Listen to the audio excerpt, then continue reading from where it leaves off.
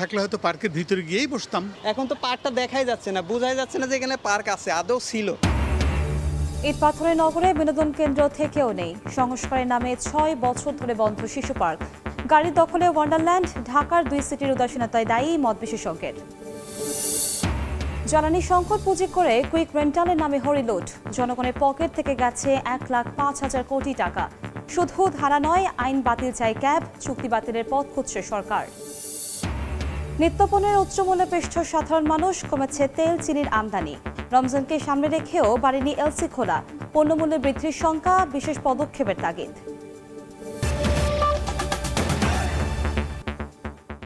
সময় সংবাদের সঙ্গে আছি আমি কনক আজাদ। সংস্কারের নামে দীর্ঘ 6 বছর ধরে বন্ধ রাজধানীর অন্যতম প্রধান আকর্ষণ শিশু পার্ক। আর সায়দাবাদের ওয়ান্ডারল্যান্ড পার্ক দখল করে রাখা হচ্ছে সিটি কর্পোরেশনের গাড়ি দিয়ে। কবে শেষ হবে সংস্কার কাজ, কিংবা অন্যগুলোর কি পরিণত হবে, সেই তথ্য নেই কর্তৃপক্ষের কাছে। নগর পরিকল্পনাবিদ বলছেন, উন্নয়নের নামে বিনোদন কেন্দ্র বন্ধ রাখার দায় নিতে হবে সংশ্লিষ্টদের। মাইমুনা হায়দার চৌধুরীর রিপোর্ট। ইটকাঠ আর কংক্রিটের এই নগরীতে বেঁচে থাকার জন্য যতটুকু সবুজের প্রয়োজন তা দিনকে দিন হারিয়ে যাচ্ছে আধুনিকায়নের চাপে। স্বাস্থ্যকর বেঁচে থাকায় নির্মল পরিবেশের খোরাক মেটানো পার্কগুলোও যেন বিলীন হবার পথে এই মেগা সিটিতে। শিশু তো বটেই, নানান বয়সী মানুষের কোলাহলে মুখর থাকা এক সময়ের প্রাণবন্ত এই পার্কটিতে এখন শুনশান নীরবতা। কারণ প্রায় 6 বছর ধরে ঢিমেতালে সংস্কার চলছে এখানে, ফলে পরিত্যক্ত স্থানে পরিণত হয়েছে পার্কটি। সংস্কারের নামে অযত্নে পড়ে আছে পার্কের রাইডগুলো। জানা গেছে ভূমি সংক্রান্ত জটিলতায় খুঁড়িয়ে খুঁড়িয়ে চলছে সংস্কার। কবে শেষ হবে কাজ তাও জানা নেই কর্তৃপক্ষের। অনেক জটিলতা ছিল। ডাম্পিং স্টেশন আছে গাড়ির, সেই গাড়িগুলোকে যদি আমরা এখান থেকে সরিয়ে দিয়ে ওই জায়গাটুকু যদি আমরা শিশু পার্কের জন্য অ্যাকোমোডেট করতে পারি, তাহলে আশা করি যে এই জায়গার ভিতরেই কিন্তু এটিকে করা সম্ভব। আধুনিকায়নের একটি বিষয় আছে, তো এটিকে মাথায় নিয়ে কিন্তু আমাদের কার্যক্রমটা আমরা একটা প্রকল্প নিয়েছিলাম। শুধু শিশু পার্কই নয়, সায়দাবাদের এই ওয়ান্ডারল্যান্ড পার্কটিও করুণ অবস্থায় ধুঁকছে। পার্কের জায়গা দখল করে রাখা হচ্ছে সিটি কর্পোরেশনের গাড়ি। একই অবস্থা সোনারগাঁ মোড়ের পান্থকুঞ্জ নামে বহুল জনপ্রিয় এই পার্কটির। এদিকে ফার্ম গেটের শহীদ আনোয়ারা পার্কটির জায়গা দখল করে তৈরি হয়েছে দোতলা মেট্রো রেলের অফিস। রাখা হয়েছে নির্মাণ সামগ্রী। আমি এখন একটা দোকানের সামনে একটা টুলে বসছি। পার্কটা থাকলে হয়তো পার্কের ভিতরে গিয়েই বসতাম। আগের পরিস্থিতি আর এখনকার পরিস্থিতি এক না। এখন তো পার্কটা দেখাই যাচ্ছে না, বোঝাই যাচ্ছে না যে এখানে পার্ক আছে, আদৌ ছিল। ঢাকা দক্ষিণ সিটি কর্পোরেশনের 75টি ওয়ার্ডে রয়েছে মাত্র 27টি পার্ক, আর উত্তর সিটি কর্পোরেশনের 54টি ওয়ার্ডে রয়েছে মাত্র 23টি, যার অধিকাংশই ব্যবহার করার মতো নয়।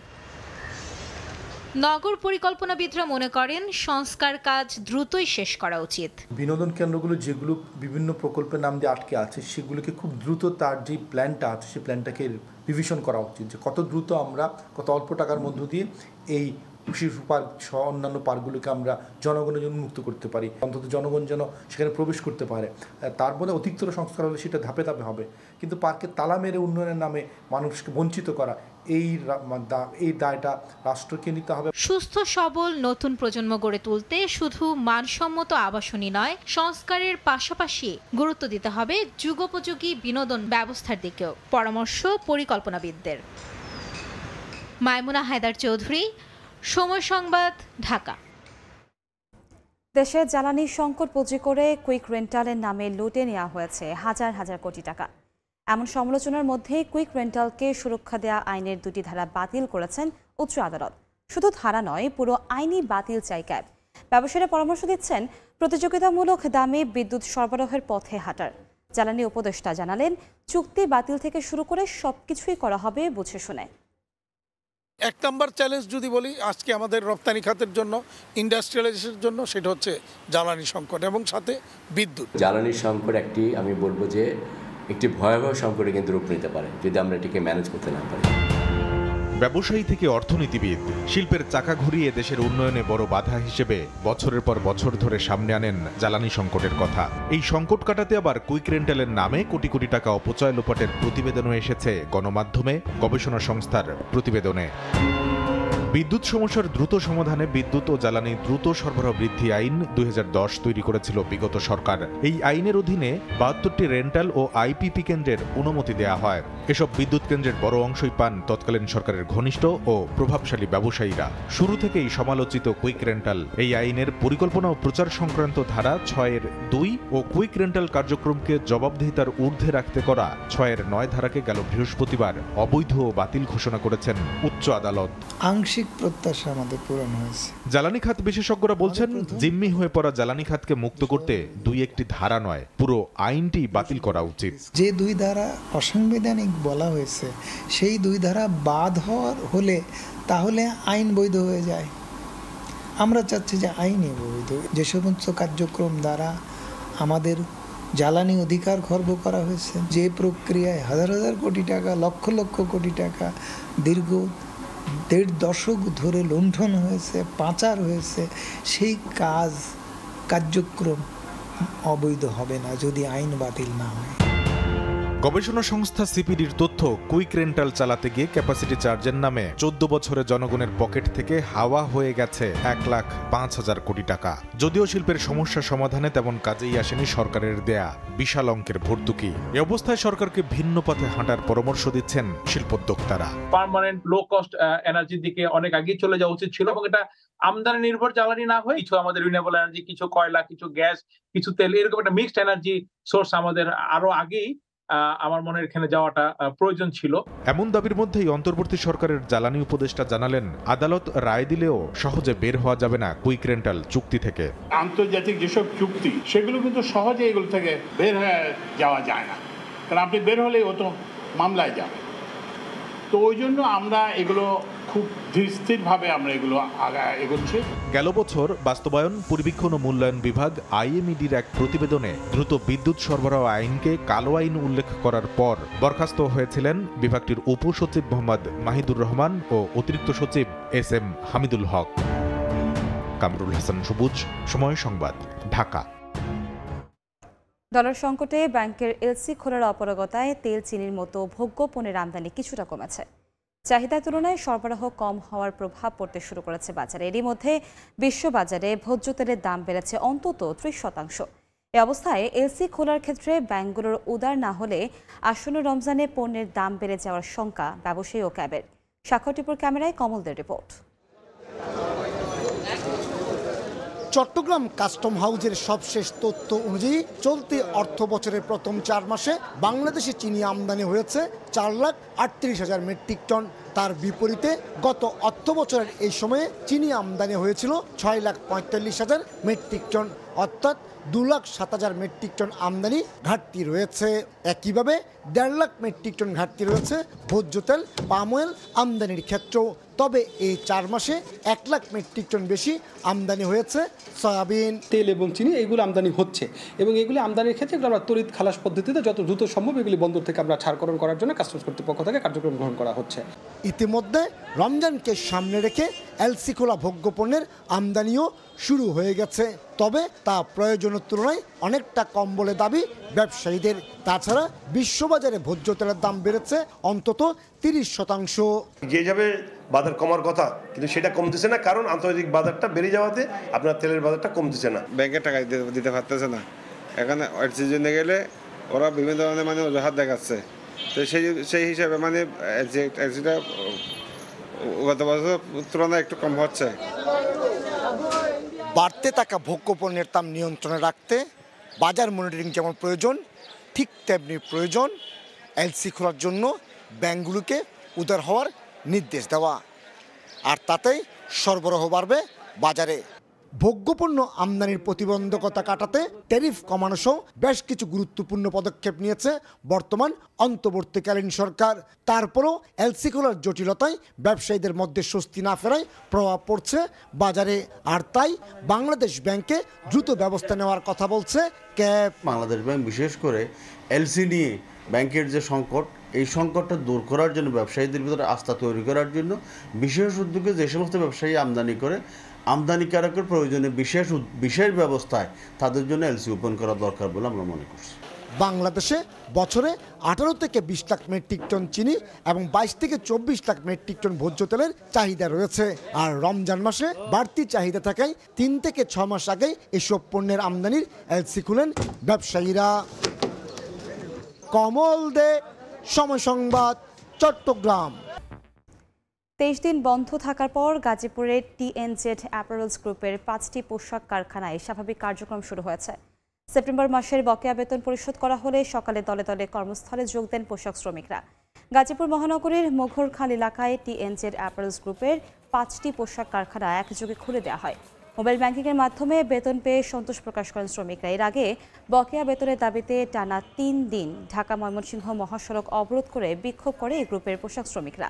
পরে শ্রম মন্ত্রণালয়ের বৈঠকে বেতন দেওয়ার আশ্বাস দিলে আন্দোলন থেকে সরে দাঁড়ান তারা। এ বিষয়ে বিস্তারিত জানাতে গাজীপুরের যুগীতলা এলাকার পোশাক কারখানায় আছেন রিপোর্টার রাজিবুল হাসান। আমরা সরাসরি যাচ্ছি তার কাছে। রাজীব,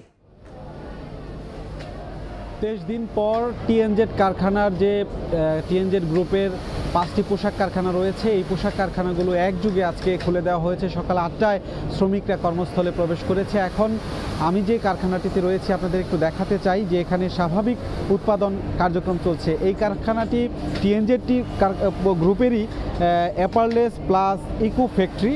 এই ফ্যাক্টরিতে সকাল থেকে শ্রমিকরা কাজে যোগদান করেছেন এবং খুবই স্বাভাবিকভাবে তারা তাদের যে কার্যক্রম সেটি চালিয়ে যাচ্ছেন। আপনারা নিশ্চয়ই দেখতে পাচ্ছেন যে ফ্লোরের মধ্যে সুই সুতোর বুনন সেটি চলছে। অর্থাৎ আগে যেভাবে কাঁধে কাঁধ মিলিয়ে তারা যে উৎপাদনের লক্ষ্যমাত্রা সেটি ধরে রাখার জন্য কাজ করত, ঠিক একইভাবে তাদের যে বিদেশি অর্ডার আছে সেগুলো আসলে ফুলফিল আপ করার জন্য এখন কাজ করে যাচ্ছে। যেটি আপনারা দেখতে পাচ্ছেন এটি হচ্ছে সৌদি আরবের জুব্বা এখানে তৈরি করা হচ্ছে। সৌদি আরব থেকে তারা অর্ডার পেয়েছেন। মূলত সৌদি আরবের যে জুব্বা সেইগুলো এখানে প্রস্তুত করা হচ্ছে আমরা দেখছি। একটু জানিয়ে রাখছি যে এই যে কারখানাটি, এই কারখানায় যেহেতু অনেক দিন পর খুলেছে, স্বাভাবিক উৎপাদনে ফিরেছে তারা, সেহেতু আজকে আমরা এখানে কথা বলে দেখলাম যে 70% মতো কিছু উপরে রয়েছে উপস্থিতি। তবে আন্দোলন দীর্ঘদিন ছিল, নানা রকম সমস্যার মুখে তাদের পড়তে হয়েছিল। এরপর ঢাকা ময়মনসিংহ মহাসড়ক অবরোধ করেছিল তারা বেতনের দাবিতে। বকেয়া বেতন পরিশোধ হওয়ার পর বৃহস্পতিবার মোবাইল ব্যাংকিংয়ের মাধ্যমে এই শ্রমিকরা মূলত বেতন পেয়েছেন এবং এই বেতন পাওয়ার পর তারা কারখানাতে এসে উৎপাদন কার্যক্রম স্বাভাবিক করেছেন এবং খুবই স্বতঃস্ফূর্তভাবে কাজ করছেন। আমরা দু একজন শ্রমিকের সঙ্গে কথা বলেছি, তারা বলছেন যে মূলত আন্দোলন নয়, তারা স্বাভাবিকভাবেই কার্যক্রম চালিয়ে যেতে চান এবং তাদের যে পরিবার পরিজন তারা মূলত এই কাজ করেই পরিচালনা করেন, যে কারণে এই কারখানাগুলোকে স্বাভাবিকভাবে যাতে উৎপাদন এরকম স্বাভাবিক থাকে এটি কিন্তু তারাও চান। মালিক পক্ষের কাছে দাবি করেছেন যে তাদের যে আসলে কমিটমেন্ট সেটি যাতে করে রক্ষা হয় এবং অনেকটা রক্ষা হয়েছে। কারণ জানেন যে রবিবারে বেতন দেওয়ার কথা ছিল, সেটি 2 দিন আগেই বৃহস্পতিবার মোবাইল ব্যাংকিংয়ের মাধ্যমে পরিশোধ করা হয়েছে। শ্রমিকরা বলছেন মালিক পক্ষের সঙ্গে বারবার বৈঠক করেছেন। সব মিলিয়ে এখন যদি বলা যায় টিএনজেড গ্রুপের যে 5টি পোশাক কারখানা রয়েছে গাজীপুরে, সেই 5টি পোশাক কারখানাই খুবই শান্তিপূর্ণভাবে স্বাভাবিক উৎপাদন চলছে। মোটামুটি এই ছিল আমার কাছ থেকে সবশেষ তথ্য। রাজধানীর সোনারগাঁও হোটেলে বে অফ বেঙ্গল কনভারসেশনের উদ্বোধনী পর্বে বক্তব্য রাখছেন প্রধান উপদেষ্টা ডক্টর মোহাম্মদ ইউনূস। আমরা সরাসরি চলে যাচ্ছি সেখানে। What it is like to be pushed away and punished severely for no fault of yours, to face forces far bigger than ourselves. But we also know that when we come together, when we work as one, we have the power to change the course of history, like we have done in Bangladesh 100 days back.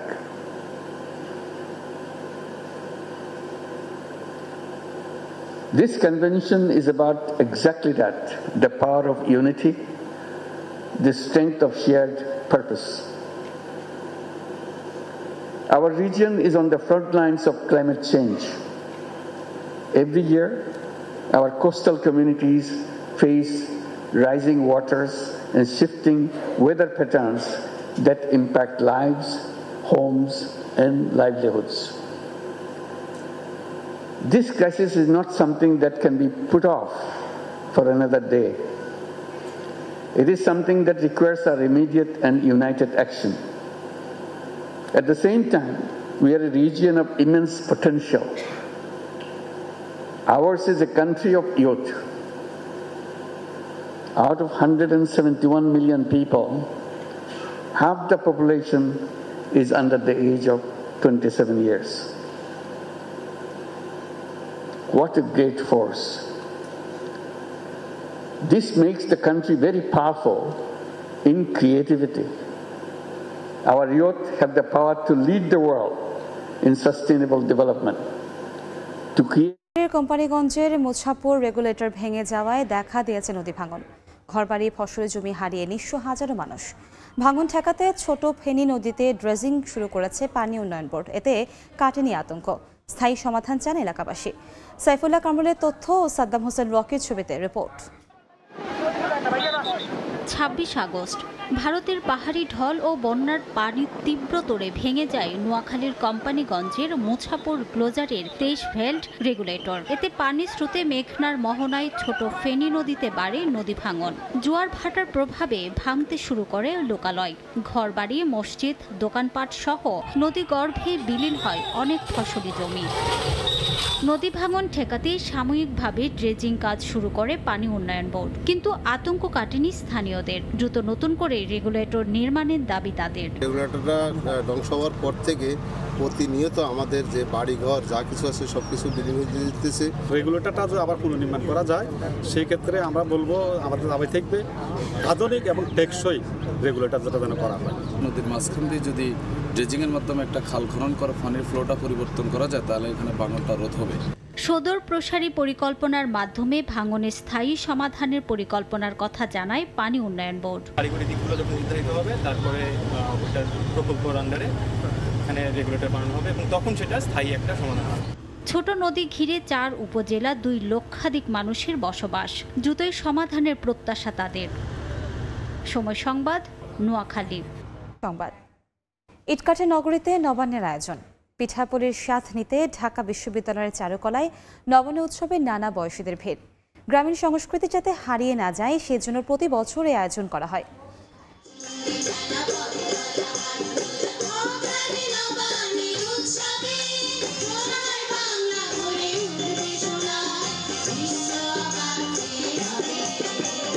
পৌষ তোদের ডাক দিয়েছে আয়রে ছুটে আয়। অগ্রহায়ণ আসলেই এমন আহ্বানে যেন পুরো গ্রাম মেতে ওঠে। কৃষকের মুখে হাসি ফোটে, জীবনে আনন্দের ঢেউ বয়ে যায়।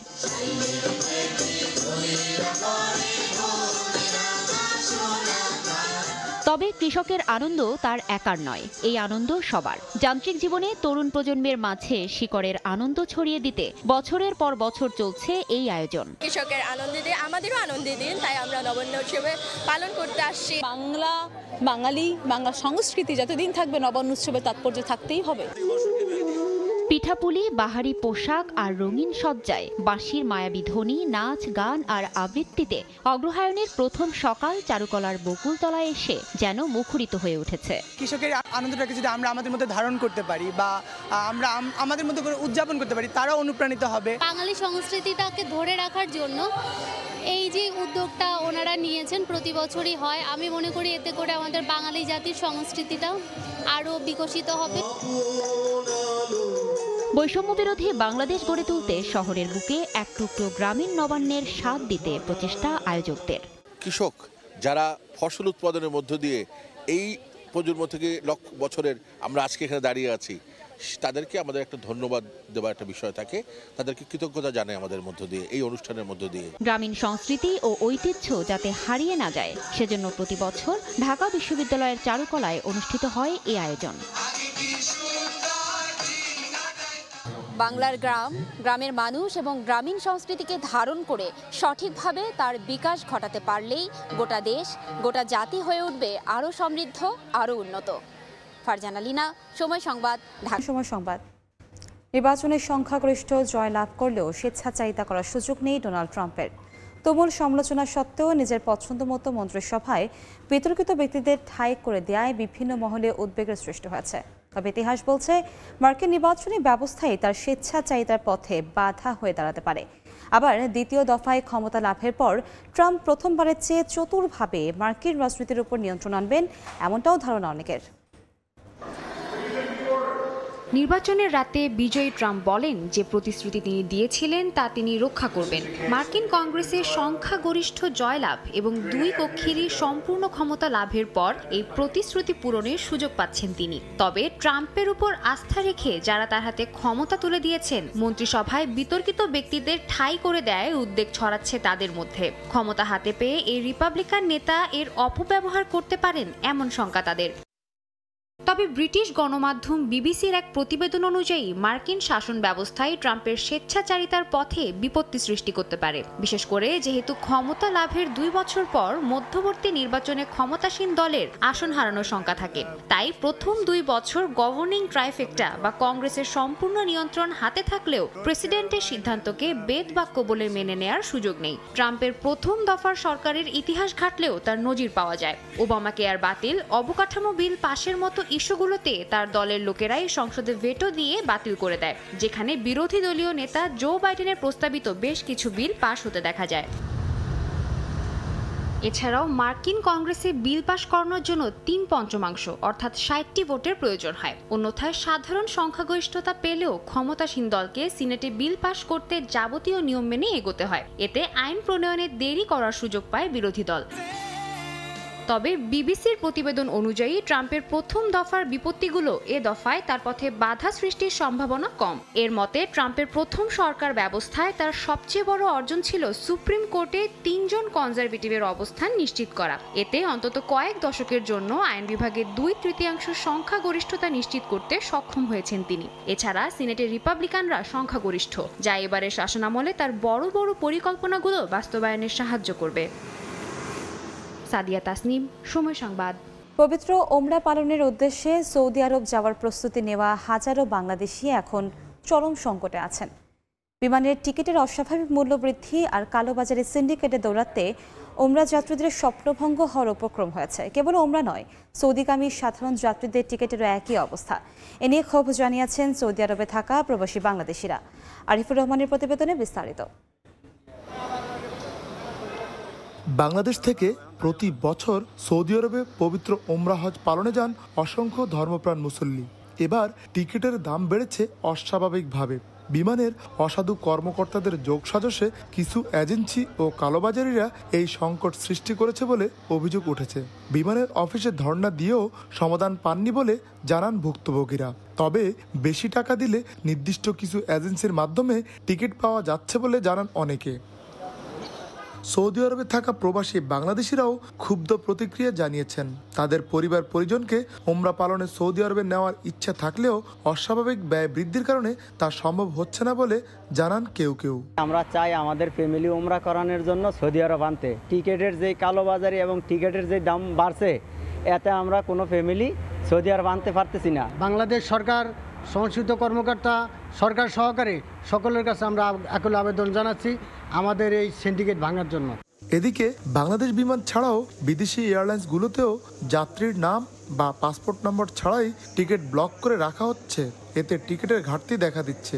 এতেও সাধারণ যাত্রীদের টিকিট কিনতে গুনতে হচ্ছে বাড়তি 17 থেকে 20,000 টাকা। সৌদি প্রবাসীদের দাবি, সিন্ডিকেট ভাঙতে না পারলে সাধারণ মানুষের ওমরা পালন করা প্রায় অসম্ভব হয়ে পড়বে। আরিফুর রহমান, সময় সংবাদ। এ পর্যায়ে শীর্ষ সংবাদগুলো জানিয়ে দিচ্ছি আরেকবার। পার্কটা থাকলে হয়তো পার্কের ভিতরে গিয়েই বসতাম। এখন তো পার্কটা দেখাই যাচ্ছে না, বোঝাই যাচ্ছে না যে এখানে পার্ক আছে, আদৌ ছিল। ইট পাথরের নগরে বিনোদন কেন্দ্র থেকেও নেই। সংস্কারের নামে 6 বছর ধরে বন্ধ শিশু পার্ক। গাড়ির দখলে ওয়ান্ডারল্যান্ড। ঢাকার 2 সিটির উদাসীনতায় দায়ী মত বিশেষজ্ঞের। জ্বালানি সংকট পুঁজি করে কুইক রেন্টালের নামে হরিলুট। জনগণের পকেট থেকে গেছে 1,05,000 কোটি টাকা। শুধু ধারা নয়, আইন বাতিল চাই ক্যাব। চুক্তি বাতিলের পথ খুঁজছে সরকার। এ ছিল সময় সংবাদে, সঙ্গে থাকুন সময়ের।